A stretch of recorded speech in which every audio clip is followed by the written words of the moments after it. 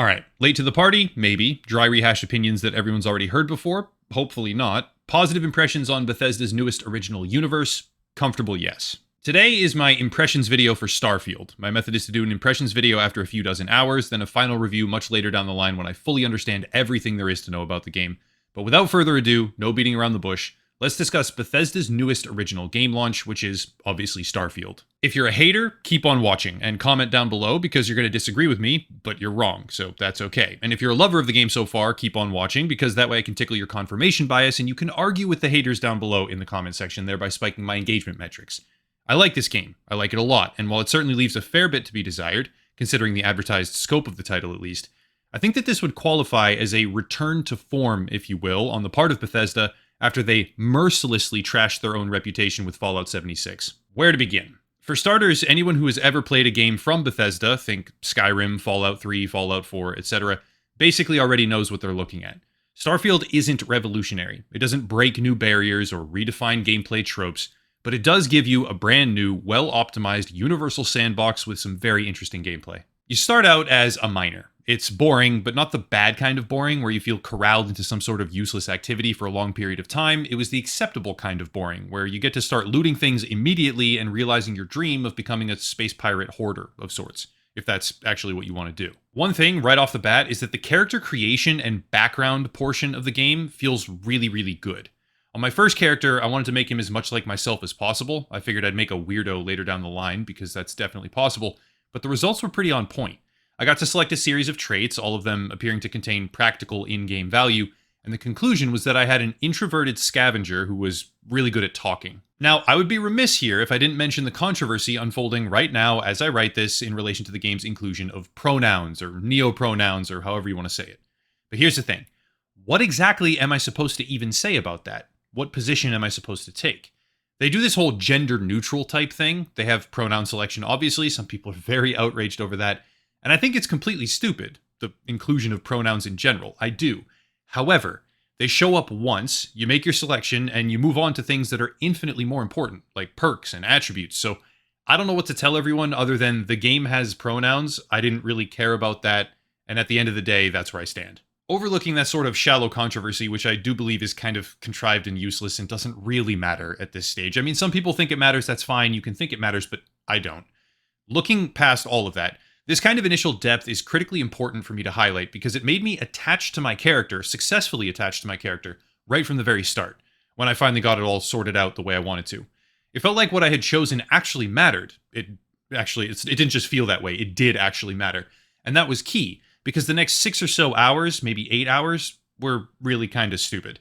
Turns out, walking around on a planet trying to get complete scans of the fauna and the minerals is like a 2 out of 10 experience.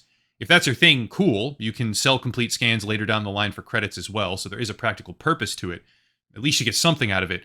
But it took me like 6 or 8 hours to realize that Starfield is a game best experienced after you do at least most of the main storyline. A lot of people are going to tell you to rush the main story, or at least do the main story and get to New Game Plus before doing much else, and I was kind of skeptical of that when I read it at first, but trust me, do it as quickly as you can.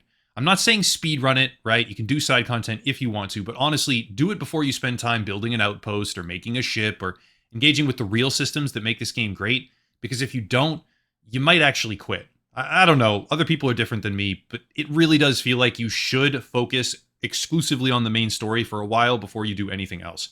Maybe not. Some people have more mental stamina when it comes to activities that feel dragged out for no reason, kind of. But for me, main story completion rapidly led to a discovery of additional systems, without which the game probably would have lost my interest. Thankfully, as the hours went by and my knowledge improved, the game started to capture my attention. Like, really, truly capture my attention. When it comes to Starfield, perk selection is huge.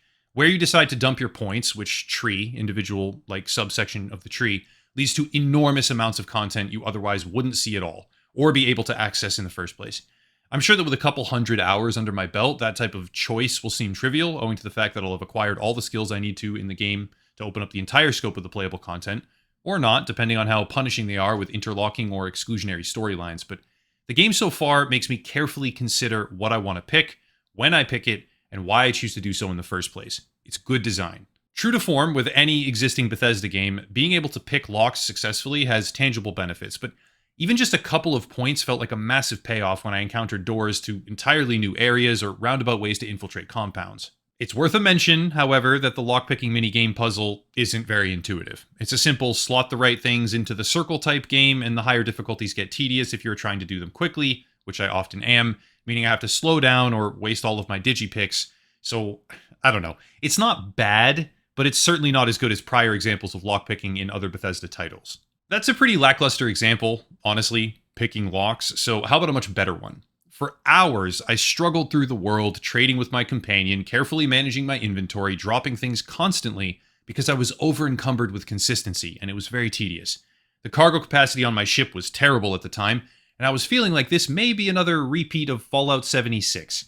In reality, no, it's not, because little did I know that with about 30 or 40,000 credits, which you acquire rather quickly, I could just create a completely brand new starship with what I consider to be a fantastic starship building framework, and make it have 5 times the storage capacity easily. I stopped maybe halfway through the main story the first time and just lost track of time customizing a ship for myself, building it in the starship building framework, before I even learned how radically important your perk choices and vendor selections are in that process, and how many unique places in the galaxy you can go to have even better components. The ship functionality alone will occupy me as much as an entire competing video game. And I don't say that lightly. It may not be true for everyone, but building a starship in this is very fun and very interesting. However, as great as that example might seem, it also made me realize one of the key flaws here that needs to be discussed. Starfield is massive. It has an enormous amount of locations, planets, systems, and cities, but as you start to understand the general layout, you also start to see the drawbacks. This game does not feel like a cohesive universe. If anything, it feels like 1,000 tiny little sandboxes strung together with fishing line. And rather than existing in the world, right, you want that immersion, that sense of depth there, you feel like a rock skipping across a pond. You can fast travel from inside a cave on one planet, just as one example, to an entirely different star system right outside the door of your turn-in location for a quest. It's convenient, no doubt about that, I guess, but it also emphasizes just how disconnected you are from the actual universe. Sure, you can do it differently if you want to, by walking out of the cave, loading screen, backtracking to your ship, loading screen, taking off, loading screen, then selecting the other planetary system from the menu, loading screen, and then making your way to where you want to go from there with more loading screens along the way. But why? Thankfully, the loading screens aren't too bad or too long. Bethesda deserves to be commended for their optimization efforts here, and they were largely successful, but sticking with my prior analogy, you're not a rock being flung into the water, right, sinking into the lake. You're a spinning stone skipping across the surface of that lake, staring down at the depth that should be there and kinda is, except for the surface tension, pushing you back up for another jump every single time you would fall down. It's a weird analogy, I know, but it made sense in my head. Planetary exploration and base building are certainly fun. They are, and I'm only just beginning to tackle them, as well as research, gear modification, and crafting. Really, it's all interesting stuff, but I also find myself hoping, desperately, that the difficulty will increase. As it stands, a lot of the content seems blatantly trivial. I know that there are planets with level 70 creatures and pirates that I can eventually fight, and I'm sure there'll be difficult stuff to beat there for a time, but even when I encounter enemies that more than double my level, I feel a sense of zero danger. Is it because I built my character super well? Probably not. And got lucky with the certain gear? Probably not. Maybe, but probably not. More than likely, it's because the power fantasy is so forgiving, it puts you in a position where nothing can really touch you.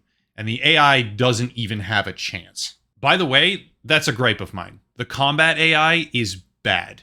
And you can abuse things like line of sight so easily it's almost painful. This isn't a reflex shooter, to be fair, so I have to be somewhat forgiving on that front, but it doesn't feel like you're fighting sentient enemies. It feels like you're fighting opponents from 15 years ago when even just rudimentary movement was impressive. That might change in the further reaches of space, not sure, but somehow I doubt it. To be completely honest, that's not a complaint worth harping on, given the scope and size of the galaxy, which allows you to branch out and tackle what you want when you want to, but it also feels a little bit simplistic. What I mean by that is this. You don't really get distracted as you explore any given planet. The way it works is basically a clicking simulator to instantly travel from one solar system to the next, selecting where on the planet you want to land your ship, and then you're faced with a few points of interest, hundreds or thousands of meters away from each other. Yes, some of them are very cool, some of the planets are great, some of the locations are interesting, but it's like one of those connect the dots coloring books where the line is really, really obvious. You know precisely what it is, what the picture is, and you never really think, whoa, look at all the creative ways I can draw this line, because you really just go from one location to the next with nothing in between. To be fair, there are so many different planets, I don't really fault them for this being true. It's not like I expected some sort of radical new industry-altering technology on display here, but when I look at the game as a complete experience, I almost would have preferred less planets with denser consistency of explorable populated locations on said planets. Again, I don't mean to overstate this and harp on it too much. It is a criticism, but it's not that bad, because I'm still exploring these planets. I still enjoy the game greatly, but the atmosphere is one of predictability, not wide-eyed mysticism or unknown excitement. All that being said, there's really a staggering amount of content here, and no one could ever deny it. There are side quests upon side quests upon side quests. You can go down whatever route you choose, either massacring the ships you come across or smooth-talking your way right into their wallet. The persuasion dialogue mechanic leaves a lot to be desired, though. It's really just a randomized chance from a few scaling difficulty options. Not bad, but also far from innovative.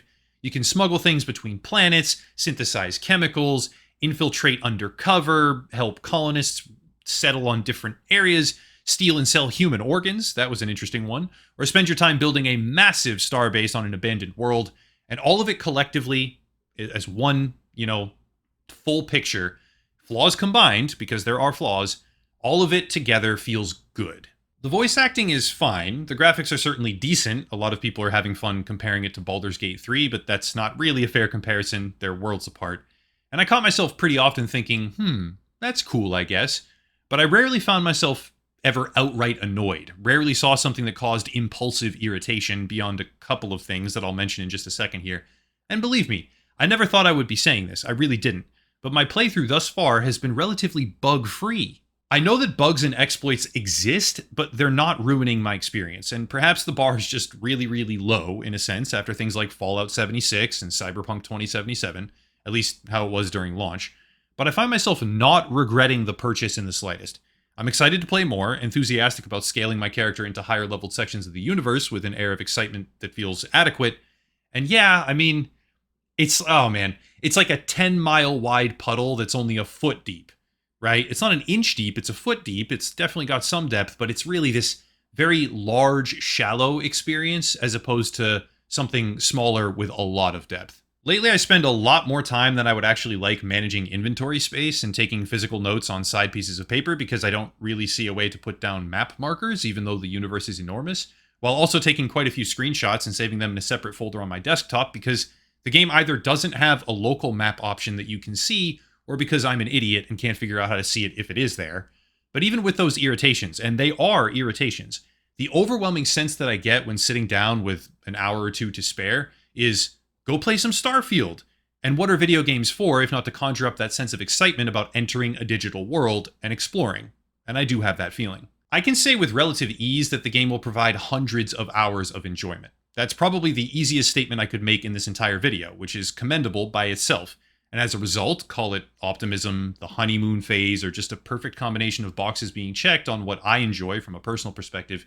As a result, I can easily recommend the game to anyone who likes open-ended RPGs, and especially anyone who previously enjoyed titles from Bethesda. It won't give you the same feeling that Skyrim did, not a chance on that front, and it's probably never going to match the feelings I got with Fallout 3 or even Fallout 4, but it's good, it's solid, and it's very fun to play.